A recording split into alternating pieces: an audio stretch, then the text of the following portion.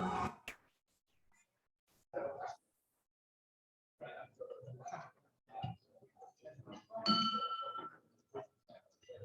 morning, Day City. Good morning. Great to see everyone. I think God has our invitation this morning. Cheers, Brian. I'm your substitute invitationer this morning. So this is, in light of what happened last night, I think this was very appropriate. It's St. Francis of Assisi's prayer for peace. So if you could bow your heads with me. Lord, make me an instrument of your peace. Where there is hatred, let me sow love. Where there is injury, pardon. Where there is doubt, faith. Where there is despair, hope. Where there is darkness, light. Where there is sadness, joy. O divine Master, grant that I may not so much seek to be consoled as to console, to be understood as to understand, to be loved as to love. For it is giving that we receive, it is in pardoning that we are pardoned, it is in dying that we are born to eternal life. Amen. Stand with me. Go to the pledge. I pledge allegiance to the flag of the United States of America, and to the republic for which it stands, one nation under God, indivisible, with liberty and justice for all. Four-way test of the things we think, say, and do. It is the truth, it is fair to all concerned, it will build goodwill in our friendships, it will be beneficial to all concerned.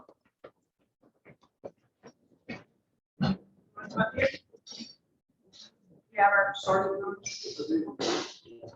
This morning we got 26 members in attendance, and we have a couple of guests, so Steve Stott, Keith Goster, and Melissa Schuler. Do you want to tell the club where you're from?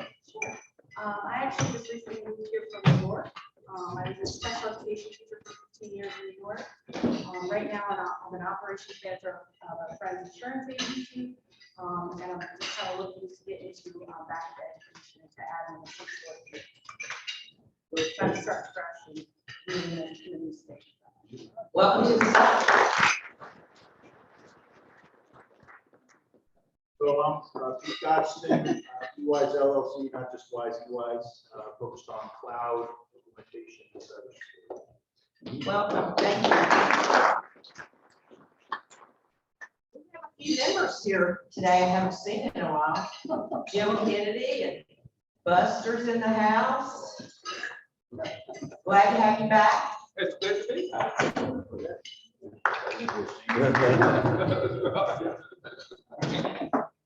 Bobby, do we have any happy dollars? Oh, Buster. No. Great hat. I think we ought to transfer. Happy Buster's back. I'm no Odell. Oh my God, look at you. You got a happy dollar? Anything good happened to you? I know something's good happening to you every day. I do have happy dollar. All right. I'll stand up there.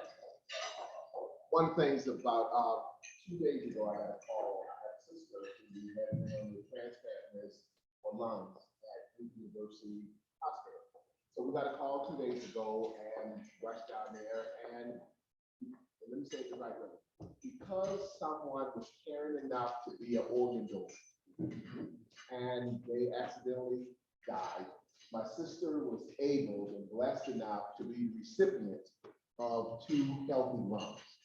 After 12 hours of surgery, and you get the play-by-play, and I don't want to be disrespectful here, but you get the play-by-play. They take the 2 lungs out, they put 1 lung in, and you're getting all this over 12-hour period to someone who's laying on the table that you love.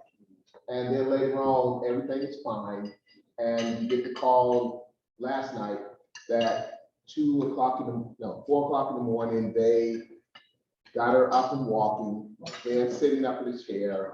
And I was able to talk to her. She couldn't talk, but she had to listen to me. Said last night, she actually talked. She says, "Thank you for praying." So that's a happy $20. So Yeah.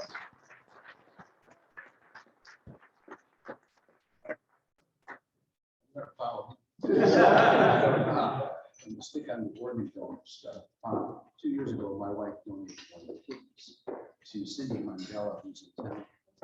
And then 2 weeks ago, my daughter, 27-year-old daughter, donated a kidney to the guy from Van Bill's Black. And so she was out of hospital with like within 24 hours. She's been one night. So big admin column.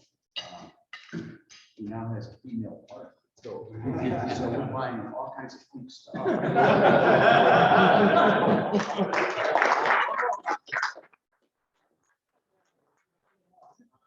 own little story. I can't top these two guys because it's not about me, but it's about my colleague. We were public defenders together, and we were Superior Court judges together. Henry Fry and Jr.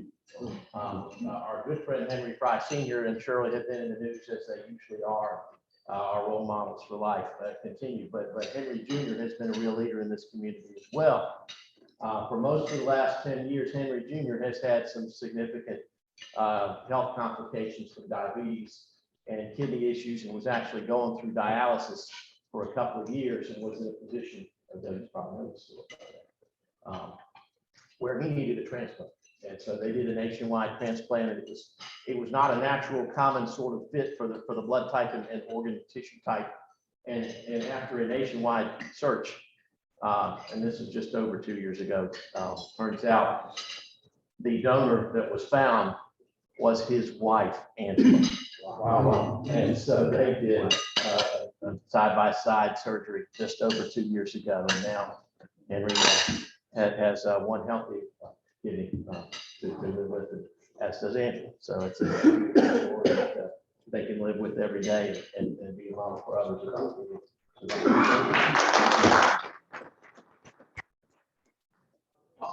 I'll bid $20. Usually it's a pretty sad week for me. So our oldest son died, Marine Corps major, and bit of Bill went to a chiropractor thing that did the head twist, induced a stroke, and died a few days later. He was an organ donor. Since then, Big City, I've worked doing other clubs, encouraging people to be organ donors, and it just lightens my heart to hear these stories of recipients. We had no idea. We knew he was, and he got it from a Rotary thing. Because I got it from a Rotary, and I did it. I went home with my wife. And he was driving at the time. He'd been an organ donor since, and he upped the ante everything. So we know that he lives on to a lot of folks like that. And like I said, just pretty sad about this, but that really lightens my heart a lot. And I'll ask you 20 organ donations, please. It really matters. Sorry.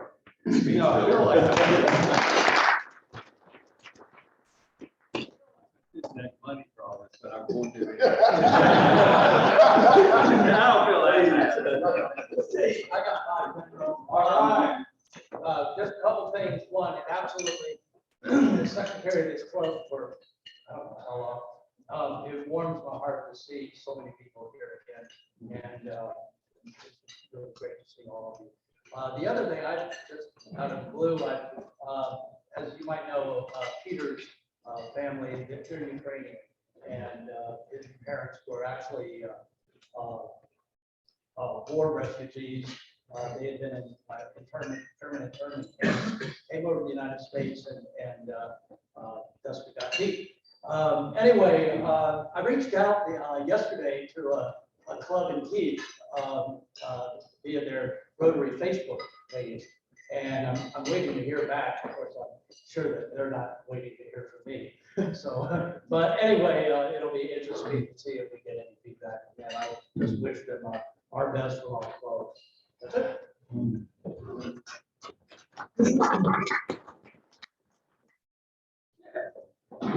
Well, it's only $1, but that's because Glenn got the ball, rest of the cash up front. I'm seeing the raffle thing out there, but me guy. And somebody else who was Glenn, whoever it was. Man, I took at least $35 out there. But my happy dollar is thank you again for your help and support, money, time, effort, volunteers, and enduring gratitude. We haven't got to complete everything in probably yet. yet, but we think it's completely paid for. We couldn't have done it without it. Thank you very much. Second thing is we had 14 people at a 505 last night at Elm Street Grill. It was a very nice trip. We had fun. And lastly, my birthday is Friday, and I had the entire everybody living in my family will be at my house Saturday night. So, yeah, both of them, y'all should come by.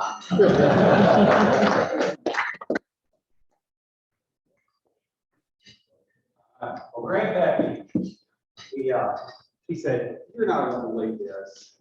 He said, a neighbor came by my house at 3 a.m. Just banging on my door at 3 a.m. banging, banging.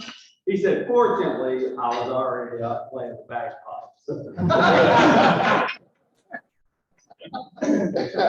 Thank you. So I skipped over birthdays. Rick, do we have any birthdays this week? Well, there's really nothing to announce because Mr. Person over here is already pre-announced. So there's really nothing left to say. Actually, there is. Was that the only birthday? Pardon? Chip's birthday's the only birthday this week? No, Cooper Trotter had one yesterday. Cooper's got one tomorrow, I believe. So they were all around Thursday, and I thought we were going to get to sing when I saw those dates pop up. We missed them. So. Well, every time Cooper came to my house over the last 3 or 4 weeks to collect money, I would ask him, are you coming back to Rotary? Yes, I'm coming back. I'm coming back. I promise. You wouldn't recognize Cooper. He's lost probably 20 pounds, 20, 30 pounds since last year. So he's doing well because we're all still buying floors from him. So I have a couple. Does Matthew, do you have anything to say about that? Yeah, well, last weekend was a great success. The impact we made last year put a huge dent in the trash in the wetlands areas. We collected roughly half of what we got last year.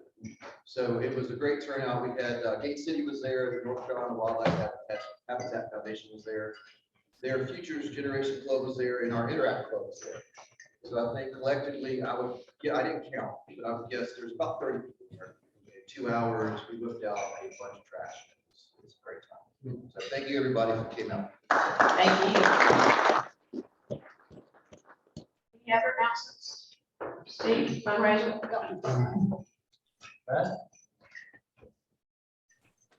Yeah, I'm very excited. Our sponsorships are beginning to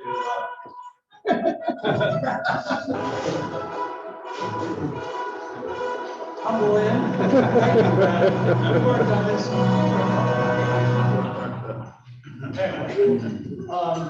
I do have, Gigi and Chip have both purchased a substantial number of events. We have these beautiful event tickets here that are looking for a home, multiple homes. So please, if you're not doing a sponsorship, but if you're not doing a sponsorship, hit me up for some event tickets because we want to see you there. And please get some for friends, family, etc. I've got plenty of them. And the date is May 7th. Yes. Okay. Any questions? All right. Awesome. Well, I have a couple special announcements before we invite Bill and Odell up to speak. I'm really excited about their presentation this morning. I saw last year, I guess, on social media that they were taking this on the road. So this is a great conversation, and I love the fact that we can have these conversations. I wish we would have more of these conversations that could find common ground and acceptance of each other. May 17th, we have our program that day is, I've invited Mayor Nancy Vaughn to speak. She's coming on May 17th. So I heard her speak a couple of weeks ago at Greensboro Rotary, and really was an update on what's going on in Greensboro, and there's lots of things going on in our community we can be proud of. And then the following Thursday, which is March 24th, we have our Lieutenant Governor, Mark Robinson, coming to speak, and he will be giving a state of the state address and why North Carolina is a great place to live. So this will be an invitation only. We have to limit our number of guests. So we will be sending out Survey Monkey, and each member will be, initially we'll limit you to 2 guests each, because we're limited in this room. We'll open it up to, I think, maybe 140, 150 guests. So be thinking about that. We'll be sending something out soon. But we do have. You mentioned the mayor coming, you meant March 17th. Did I say May 17th? I had Derby Day. No, she's coming on March 17th. And then the lieutenant governor's coming the next week. The on following March Thursday. 24th. Yes, March. Did I say May? I wish it was May. March 17th, Nancy Vaughn's speaking here, and March 24th, our lieutenant governor is speaking. So I hope you will come and listen and bring some guests. And I'm going to turn it over to you introducing yourselves. Okay, real quick. Not often our speakers bring all these happy dollars. First thing they did was stand up and contribute to the club. As a person of faith, I don't think there's coincidences, really. I think God works in many ways. And Lisa had texted me last year and said, we need to get Bill and Odell. I've been setting up meetings and I get all meeting invitations. People want to speak, people want me to get people to speak. I just happened to be at a men's event at West Oven Church a couple weeks ago, and Bill's sitting at my table handing out Bill and Odell cards. And I went, I totally forgot about booking these guys. So it came full circle back. Both of them have long resumes. And I won't talk about all the wonderful things they do. But just know they came from very different backgrounds. And if you know anything about them, Odell came from Charleston during segregation. Bill came from close to Cleveland, and almost a totally white community. And they have found common ground. And I'll let them take over and tell you what that means. Thanks, guys. You need to.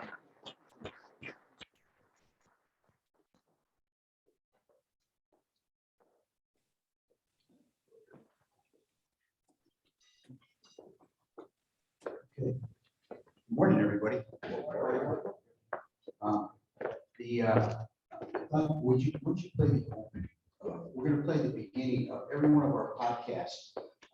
We have a first part that our editors take, kind of do teasers, and then we have an intro, and then we pray before we start our podcast. So he's going to play that. It's about 4 minutes, and then we'll start talking. Coming up in this episode of Finding Common Ground. People make me think that white Europeans came to Africa and picked my ancestors out of the tree. What happens when you find common ground? You can start getting deeper into some of the subjects. I just feel that as right in this country, I mean, you and I don't have enough sense, or we're too bold enough to say, hey, you're gonna talk about it.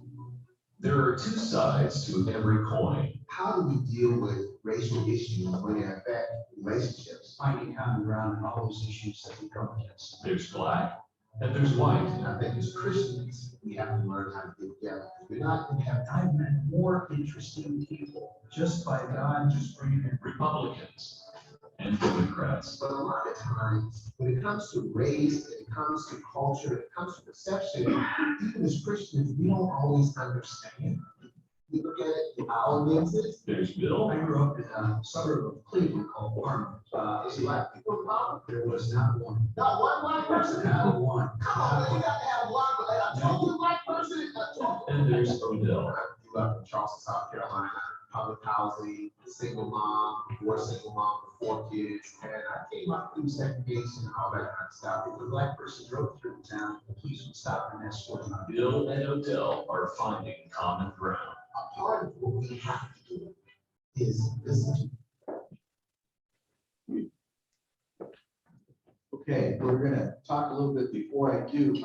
There's some cards on your table with this, and there's a QR code. If you put your phone on that, up will come on our website and all of our podcasts. Right now, we have about 57 podcasts, and we're in about 22 countries and nationwide. We started this actually in September. So people always ask us, how did you meet Odell? How did you guys meet? And how did this happen? And so I'm going to start out with that, and Odell's going to talk about some other things. I met Odell probably, 6 years ago? at where he started a thing called welfare reform. If you haven't heard about it, it's a phenomenal program, taking people off welfare. And I was giving away Christmas trees, so I met him over Christmas trees. And so we were giving them away in his parking lot. We wanted to give it to people that were in need. His welfare reform was actually in that part of town. And we had done that for a number of years. And this particular year, we had about 100 people, 200 people that were going to show up. And the guy who donated Christmas trees reneged on it. And so I didn't have any Christmas trees. So I had to show up that morning, and we had some donations, we got some money, we got a few Christmas trees, but nowhere near the couple hundred that we need. We need 25.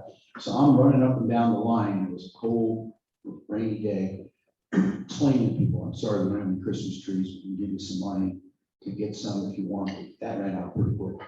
And this big SUV pulls up, and the guy puts down his window, and I said, I'm telling him about the Christmas trees. And he said, no, I don't need a Christmas tree. I'm just trying to see what's going on. I said, okay, well, who are you? And he says, I'm Odell. I said, you're the big shot that runs this. He goes, no, the one driving the car is the big shot. That's not my. And so that's how we met him. And then I was president of the Boy Scouts locally, and I wanted to diversify our board. I said, well, I'm going to talk to Odell and see. I didn't want a person just for the color. I wanted a worker. We needed workers. So I figured he'd know.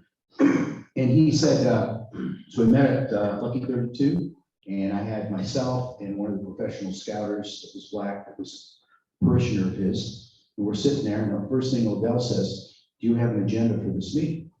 And I go, no, I don't have an agenda. I was just going to talk to you about what my need was. He says, I have an agenda. I said, okay, let's go through your agenda. He says, why don't we have a scout union in our church? We're the largest church in Greensboro. Why don't we have it? I said, that's a great question. So I look over at his parishioner, and the parishioner said, he was mumbling and he couldn't answer. And Odell said, it's money. Do you need money to start? And I said, yeah, we need money. He said, how much? And again, this fellow wasn't giving an answer. I said, $15,000.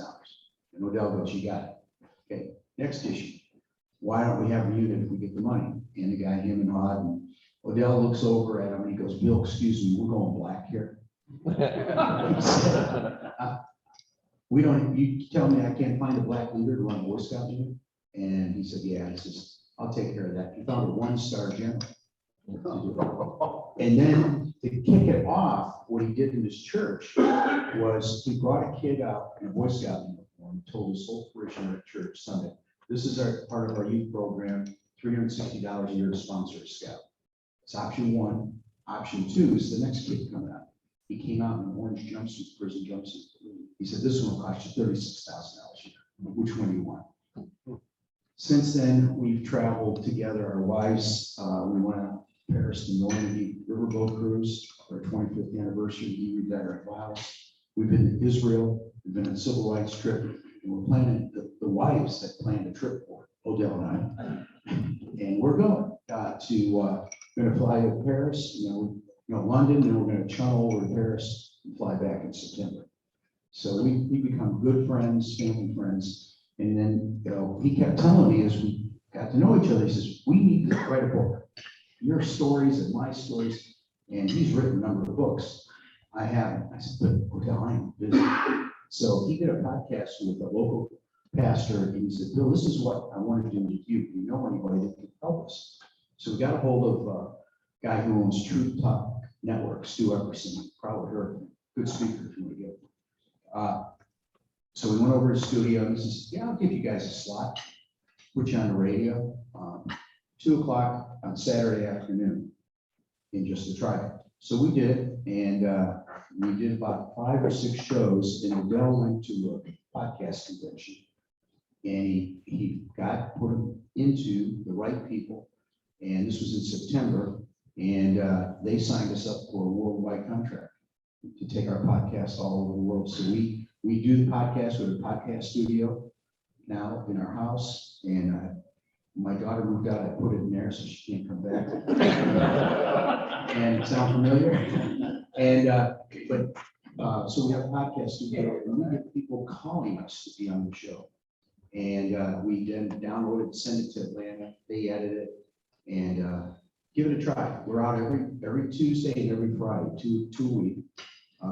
And we've had everybody from Supreme Court justices to best-selling authors to Marty Cotis is going to be on this afternoon. And then the folks that brought Boone in are coming on, they want to talk. So we're having some pretty interesting guests.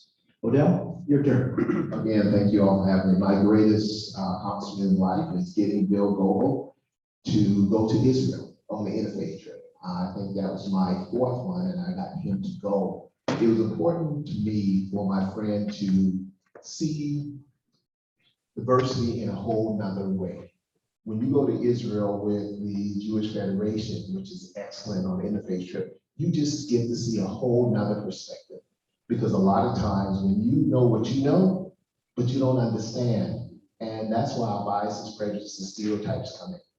We're going to talk a little bit today from a perspective, because when you start talking about race, religion, or politics, people get kind of antsy, but at the same time, we want you all later on to ask us questions as we ask each other questions. Questions not like someone's on a witness stand, but questioning for better understanding. Because if I say to Bill, you know, people say, I'm asking for a friend. I'll say, Bill, I'm asking as your black friend, probably the only black friend he has, right? Y'all can laugh, it's okay. So it's like, Bill, how does white people, and Bill won't speak for all white people, but he's my white buddy, so I can ask this question. How does white people feel about the president saying that I'm going to nominate a black female for the next Supreme Court justice? And Bill give me his answer, and then I give him my answer. And we talk about it in a civil way, and a lot of people get to eavesdrop and understand, because a lot of times, let me say it like this. When we were young in South Carolina, growing up poor and black in the 60s, dealing with all the stuff that poor black people deal with in the 60s in South Carolina, we used to play this game called red light, green light. I don't know if you all played it here, you know, but red light, green light was simple, and everybody wanted to be it. That was the person who was taught. Then later on in life, at 16, we got a driver's permit. I don't know why they gave a 16-year-old a driver's permit in South Carolina, but we had to obey something called stoplights, traffic signals. I think that's what white people call it. Black folks say stoplights, white people say traffic signals, okay? So it was, we understand what red meant, you understood what green meant, but yellow was always tricky. Yellow was always waiting. And then later on in life, when you deal with this thing called race, politics, and religion, it's more like a roundabout, more like the Arc de Triomphe when you go to Paris. And all of a sudden, it's not as simple as it was when you were a child. It's not as simple as it was when you were in your little hamlet. Now you're dealing with people from all over. So now, if you're not careful, how do you navigate race in 2022? How do you navigate the Tour de Triomphe when it's not in English? Is not a stop sign, is not even a traffic light. You have to navigate that for yourself. And there's all kinds of sounds, people blowing at you, you're too fast, you're too slow. The natives are cutting in and out, and we get in trouble, and it's like, but I didn't mean that the way it sounded. Well, now all of a sudden you're being canceled, or now all of a sudden you're being called a racist, or now all of a sudden you're being called this or that. So people say, well, I just don't want to do anything, but you have to. Because as leaders, we have to still navigate. We have to lead. And so you say, well, I don't want to hire any black people because now all of a sudden, you know, why? If you ask the question, why is this facility that I'm standing in right now, why is this here? And for those who know the history, know why. So we can't get away from it. So now I have my white friend and we talk and we go back and forth, So if I ask you the question out of the audience, how do you all feel about President Biden nominating the black female for Supreme Court justice? You may have different opinions. One of the things we were at the other Rotary, we do our Q&A, and the gentleman asked me a question, caught me way off guard. I thought he'd say something about reparations or Odell, why you so good looking, the black man. I thought it would be something like that, right? He said to me, he said, this is what I want to do. And you know, when white people come and they look, have that look on their face, and they look, that red face look, this is what I want to know. Finally got a chance to ask a black guy what I really want to know. He said, why did black people, why are y'all so happy when OJ got off? I'm like, okay. I didn't see that one coming. I'm like, OJ was 20 years ago. But he said, no, I want to know why y'all so happy when OJ got off. I said, well, let me explain, because I believe if you're strong enough to ask a question, you have to be strong enough to answer correctly. So I said, well, I wasn't there, but if I had a vote, I believe OJ Simpson was guilty. If I had a vote, but I wasn't there, I don't know. So OJ don't sue me, but that's the way it is. However, from one black person's perspective, and I guess since I'm the only black person in the room, I'm gonna speak for black people now. Now, some of you all are black, because you know some white people really black, but you know, you have to look at them hard to see, because you know this thing called mixing, and it was something called one drop of what? Black, right? Remember that? One drop of black blood. Y'all remember that? There you go. One drop of black blood. So I think we got some drops of black blood in here, but we'll leave that alone. Let me ask the OJ question.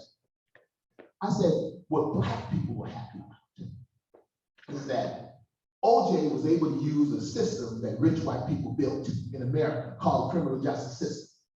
OJ was able to have access to a system that allowed him on a technicality to beat the system. Are we proud of that? No, but that's the truth. If OJ was poor and black, OJ wouldn't have a snowball chance in Hades of getting off. OJ got the best lawyers, the best attorneys, everything. And just for the question, for the record, OJ wasn't really black. OJ left the black race a long time ago, and you all know that. Bill? I don't know what to say after that. He does that to me, and I'm listening to him, and he goes, Bill, now your turn. I go, okay, how do I call that? But, you know, we've had some interesting podcasts. Our agency has a coach course, and we get coached once a week. So can you imagine somebody trying to coach two of us, in particular, OJ, see, black guy got to be OJ, the black guy got to be OJ, won't go like OJ anymore. Hey, what we used to say in Parma, y'all look alike. Yeah, but it wasn't too many of us in Parma. You had no black person in Parma, so everybody looked like OJ. I know, you know, when the black people came to Parma, and it was about the size of the High Point, 120,000 people. The cops would stop and say, what are you doing? And if they didn't have a word of worker or something, they would escort them out of town, put them back in Cleveland. Whole different thing growing up in the 50s and 60s than today. So if you were to ask me, do you think you'd ever have a black friend? A good looking black friend. I forgot about that part. I don't. And the answer would probably be no. God brought him into my life and in our family's life and made a huge difference. And I can see God's hand throughout this podcast, because when God opens doors, it's easy.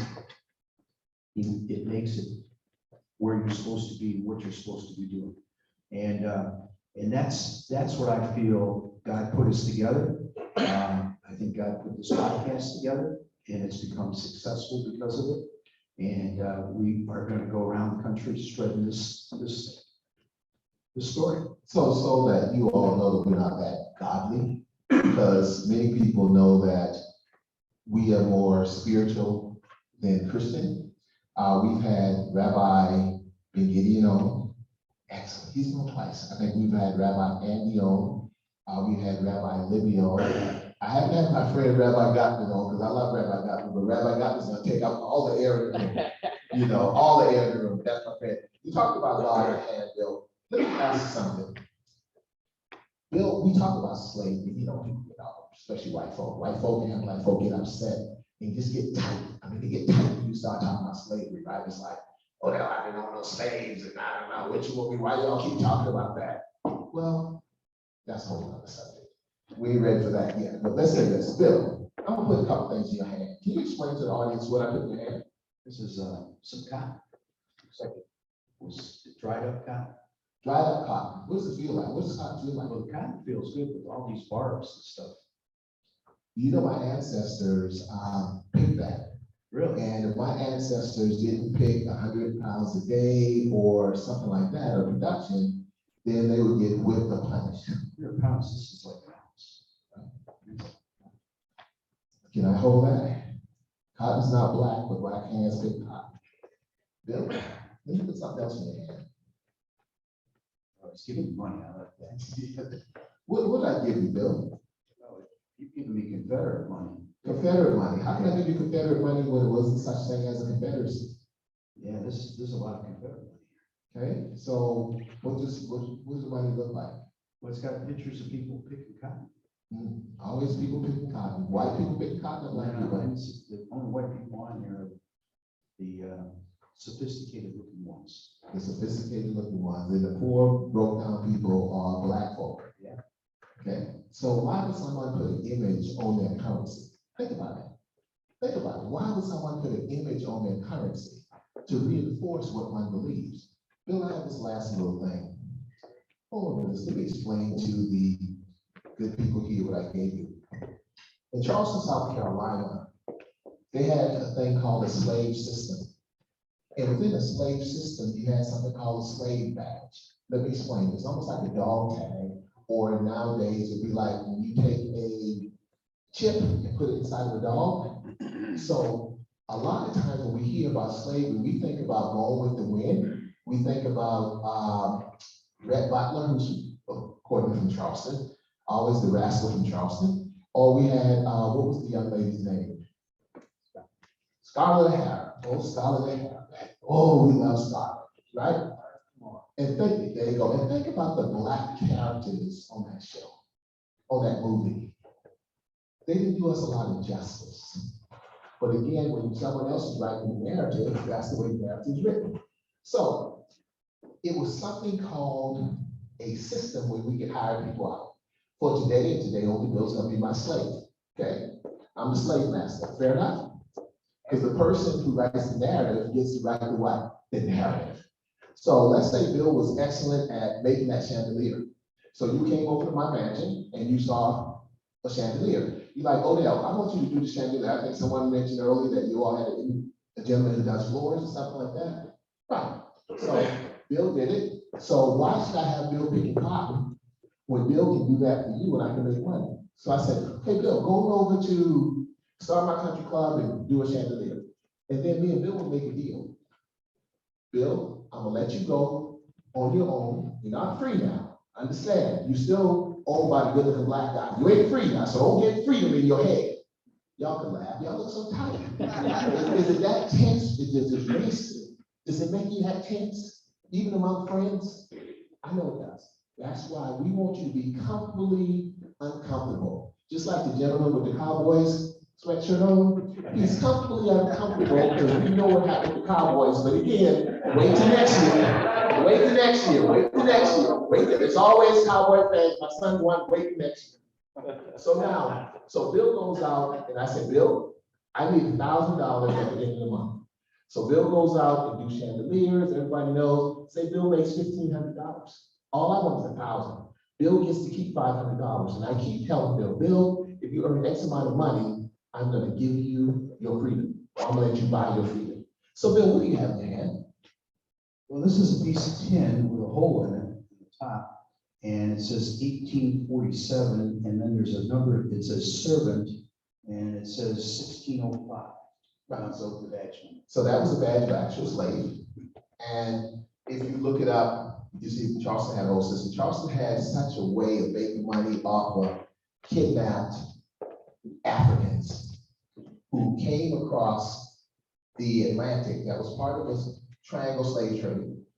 And as I wrap up, just say it took money, investors, to sponsor a ship to go from Europe over to Africa, and it took finished goods, manufactured goods, there to Africa, sold the goods, took the money, bought slaves, or we call them kidnapped Africans, then sailed across the Atlantic to the new country, you know, Americas and all that good stuff. Sold slaves, bought raw material, cotton, sugar, indigo, all that, rum, and then slaved back. I mean, then sailed back.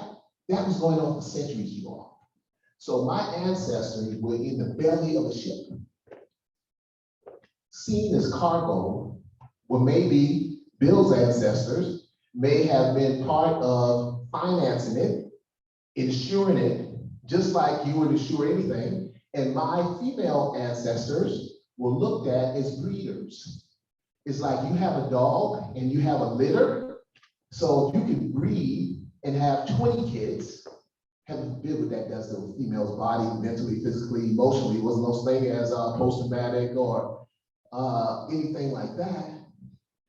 And then you take the children and you sell them. Now, one thing I'll say, and this is the interesting part about it. In some cases, the slave master would identify a young female slave that he liked and he wanted to have sex with all the time, right? Now, so he would bring her into the house. Check this out. And they would have, I don't guess it was a affair because who cared? Then later on, when he left, the madam of the house, his wife, would beat her, would flog her. Why are you beating her? Because she has a relationship with your husband. Now, if she didn't have the relationship with the husband, he would sell her or beat her or kill her. So she couldn't take it out on her husband. So she took it out on the young lady. So now all of a sudden, Africans are blacker than me. You all know that, right? Pigmentation, DNA. So now all of a sudden you have little white kids running around the plantation. Where did they come from, Bill? Came from the masters. That's how complicated it is, even to this day. My wife, who's the vice president of finance for most home health systems, she is about as light as very, very light skin. That didn't come from Africa, right? So we're still living with that today. But that's not just our story. Jewish people have the same story. White people have the same story. Everyone has the same story. So I'm getting Bill to this before you take us to prom, that we're all one big family. And if we're not careful, if we don't talk about the things that divide us, whether it's race, religion, or politics, we'll be fighting each other. We get to the point where we're so busy fighting each other in this country that our real enemies, the Putins of the world and others, will come in and destroy us because we're not paying attention. Amen. Bill? Amen.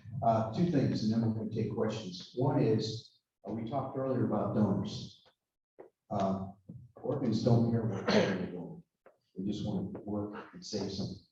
And my daughter gave it to a black man, which, you know, you start thinking about those things, all of a sudden, oh, it disappears. The other thing is, this is interesting.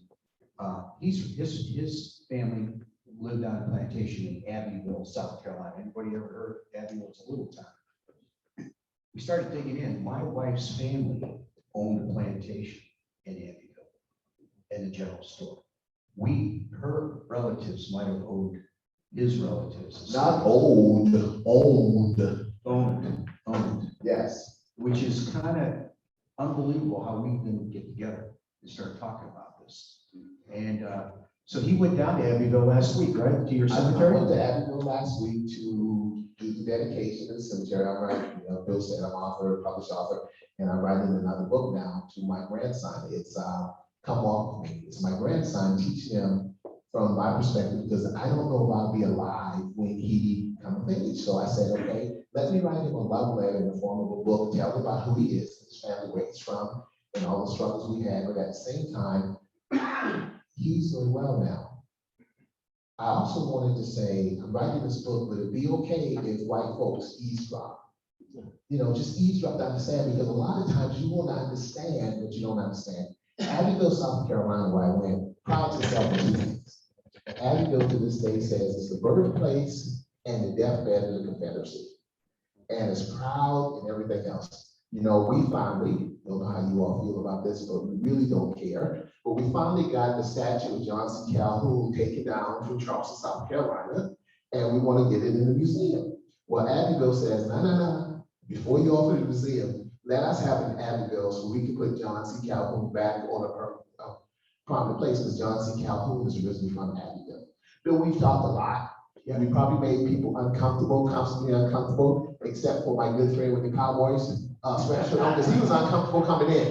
You know, but he's a proud because he's a proud Cowboy fan. That's I'm from Cleveland, my brothers and I, I'm the oldest today, there are 5 brothers, we went out to the Super Bowl when the Panthers were out there. And we said, one brother says, we need to theme this, So we were all from Cleveland, so we got shirts made 50 years, because it was the 50th anniversary of the Super Bowl, 50 years of celebrating the Cleveland Browns not making the Super Bowl. Questions? Listen, thank you all so much for allowing us to make you somewhat comfortably uncomfortable, but that's, if we don't talk about it, because what good is it to do for a bunch of Black people to go behind closed doors and talk about white people? Or what good is for white people to go behind closed doors and talk about Black people? Let's talk to each other. Yes, sir. This is a somewhat long question, but I'll play it fast. I think Morgan Freeman is a great quote. He says, why do I have to be Black here? Why can't I just be Black? Right? And there's a large percentage of the Black community that rebels against that. Mm-hmm. They say, no, you can't ignore that I'm a Black man. Mm-hmm. So what you just said was, we need to get to a point where it's just pigment.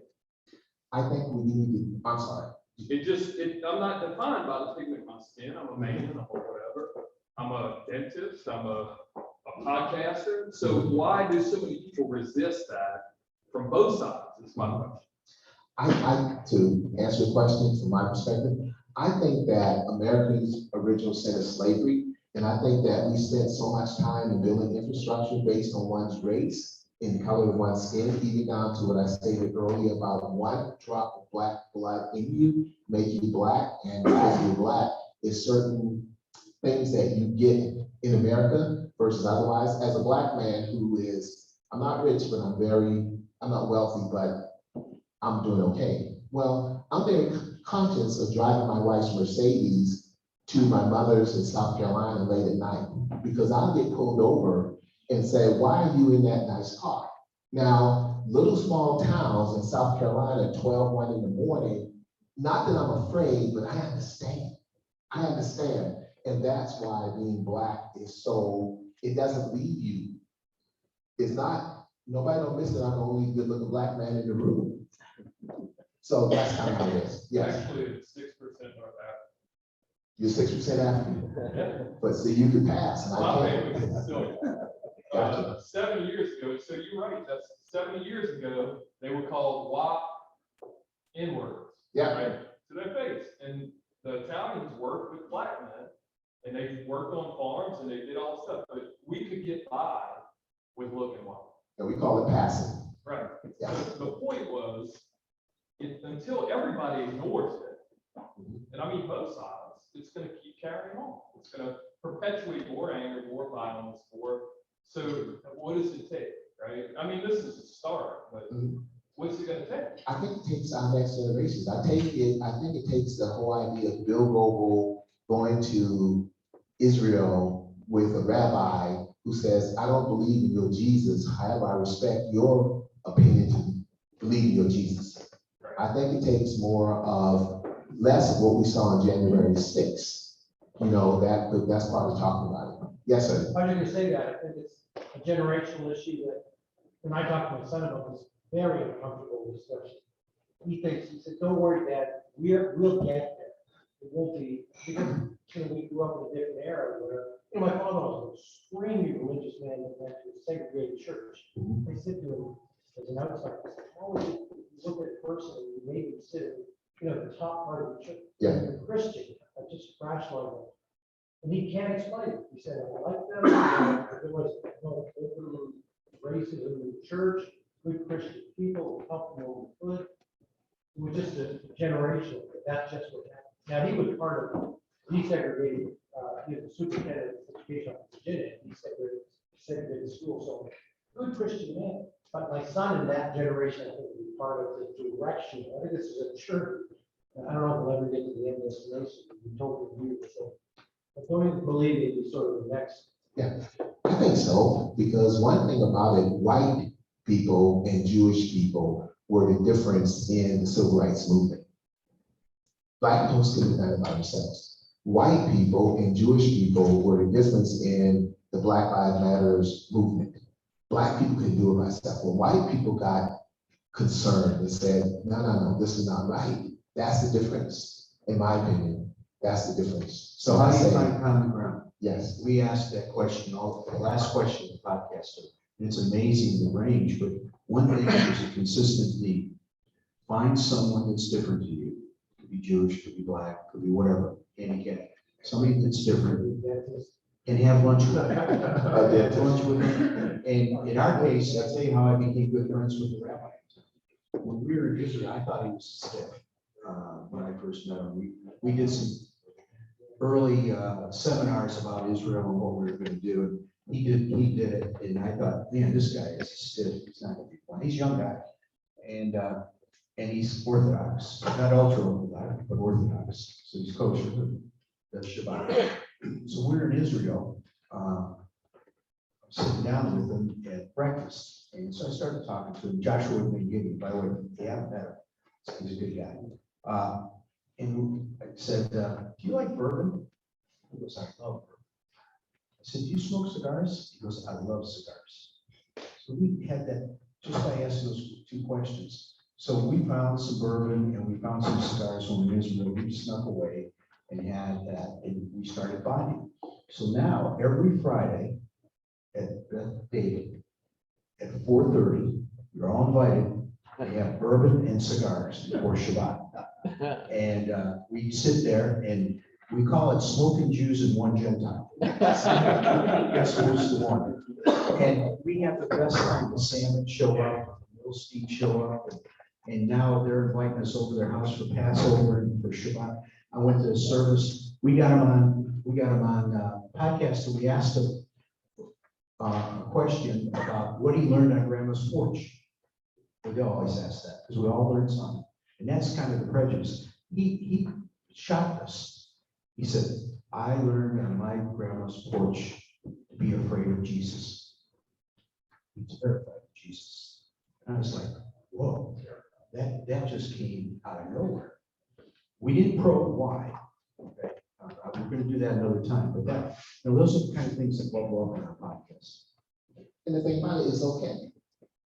I was taught to be afraid of white people. I'm sure you all may have been taught to be afraid of Black people. Now the political correct thing is saying the other. Other questions, please. Yes, sir. I just wonder what you thought about President Biden's Supreme Court announcement. How did it affect you? What do you think? For Black female? Yeah. Yes, I was very pleased. I was very upset for President Barack Obama, who I love and I admire. I had the opportunity to go to his last State of the Union address. I thought that he should have appointed a Black female. And let me tell you why. America, Black enslaved females has been judged in so many ways by either their body size, their butts, or their hair, or some people say their sexuality, all this kind of stuff. So someone who's been judged, that babies were taken away from them and sold, back to the example I talked about earlier between the master and the master's wife. So someone who has been judged so much in our society, I think it's appropriate that she can be a Supreme Court judge. And so that's kind of how I look at it from that perspective and kind of go from there. My walking buddy, running buddy, how you doing? I'm great. Good. Any other questions? Yes, sir.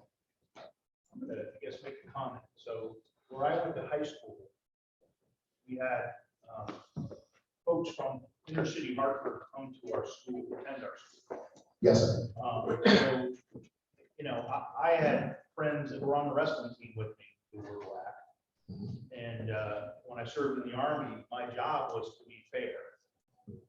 But now everyone, including my sister, tries to tell me I'm, you know, racially biased I just can't get over it, and I need to be retrained, et cetera, et cetera. Oh, I think the Army sort of did a good job of retraining me to focus on getting the best person in the job, and sometimes that was a black person, sometimes it was a Puerto Rican person, sometimes it was a white person.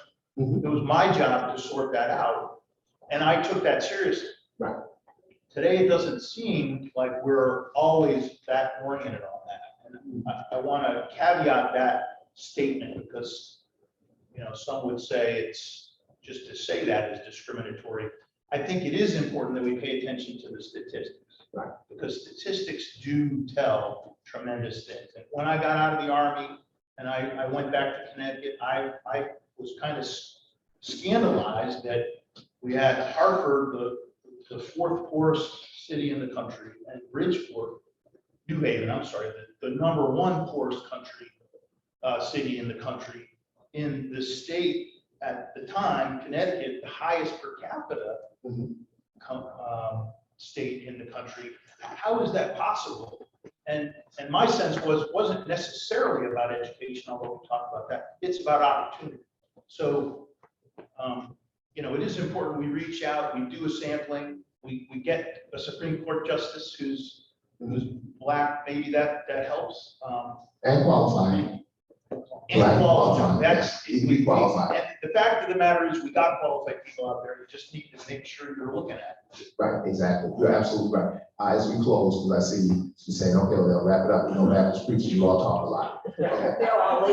Okay. But one thing is this, I been scandalized also. I'm a big supporter of Kathy Manning now, you know, always have. And I used to be a supporter of Mark Walker. Mark Walker is a Republican congressman, good friend of mine.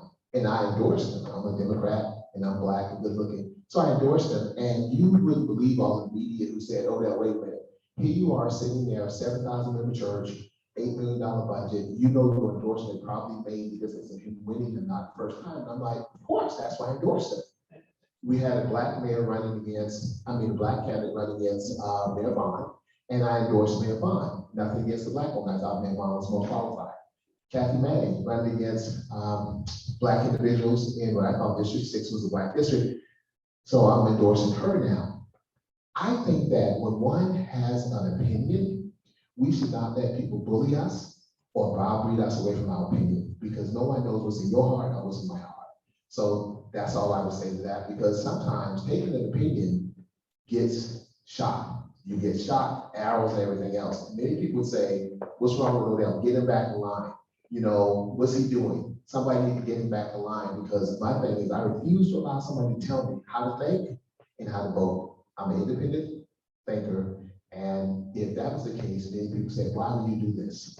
Why would you talk about race, religion, politics? Because it's dangerous. People will think different things of you. Well, people will think what they want. So I say, my friend, keep being you. Because if you're not, then you get confused. Thank you. Thank you. Have one last request. Pick our raffle winner. 5351. Oh, no. Was it Guy? I got it. I have got rid of all the time. I